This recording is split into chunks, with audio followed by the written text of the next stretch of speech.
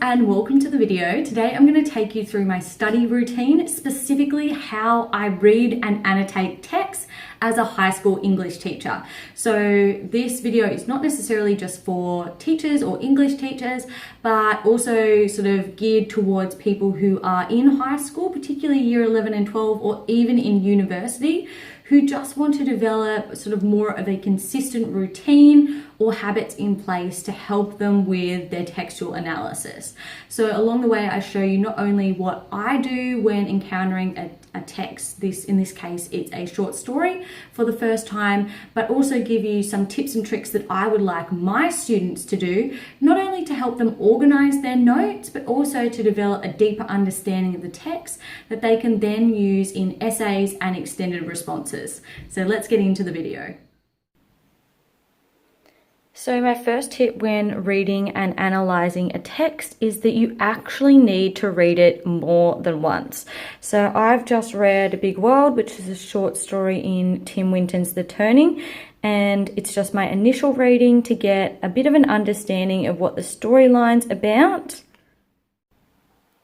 And then over on my computer, I have created a little bit of a table with some initial thoughts. And that brings me to my second tip. Even though I'm writing on a computer, it's actually better for your memory and I think for organization that you have an English book and that you write down your notes in that. Step number 2 in my study routine, I'm now reading the text again. And as you can see, I've got some little post-it notes and I'm writing notes. Here I'm writing down some different language techniques that I spot and the ideas they create. I'm then jotting them down on my Cornell notes on my computer and I've color-coded them.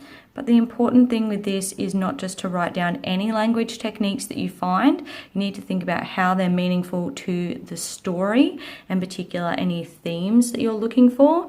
So here I've got my simile and imagery, and these really help to create sort of feelings of summertime, change, a new season of life, and they kind of tie in to, I guess, the bigger message of the story about it being a big world and time to experience the new.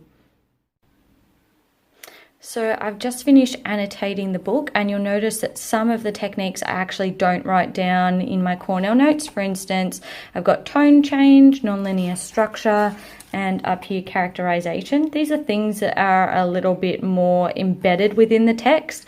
So there's not necessarily like one quote that I could pull out, but rather a whole heap, which kind of brings me to my next tip. And that's to see if you can layer techniques. So for instance, here I've written down colloquial language and negative connotations in this quote, and also repetition and symbolism.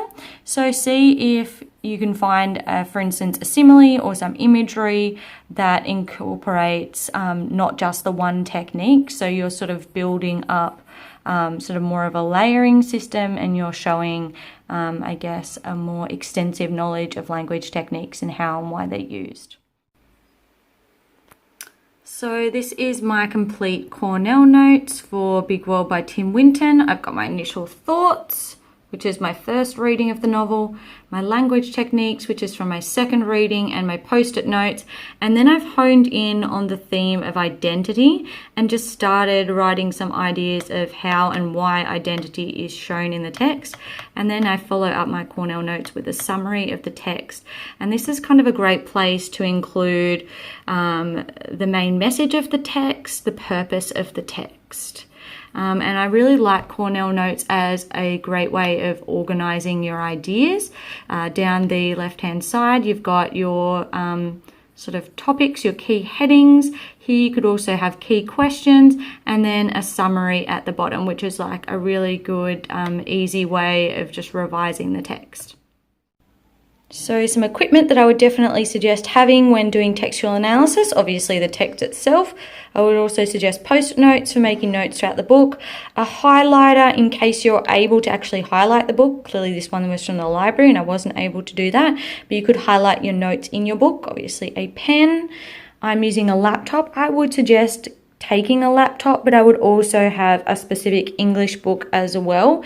And one of my suggestions is for each different topic that you're studying in class, highlight the right hand top corner of the page a different color. So you could have pink might be all your stuff on read to write, and then you could use a different color, for instance green for contemporary possibilities or blue for close study, just so that when you open your English book you know exactly what topic and what section you're looking at.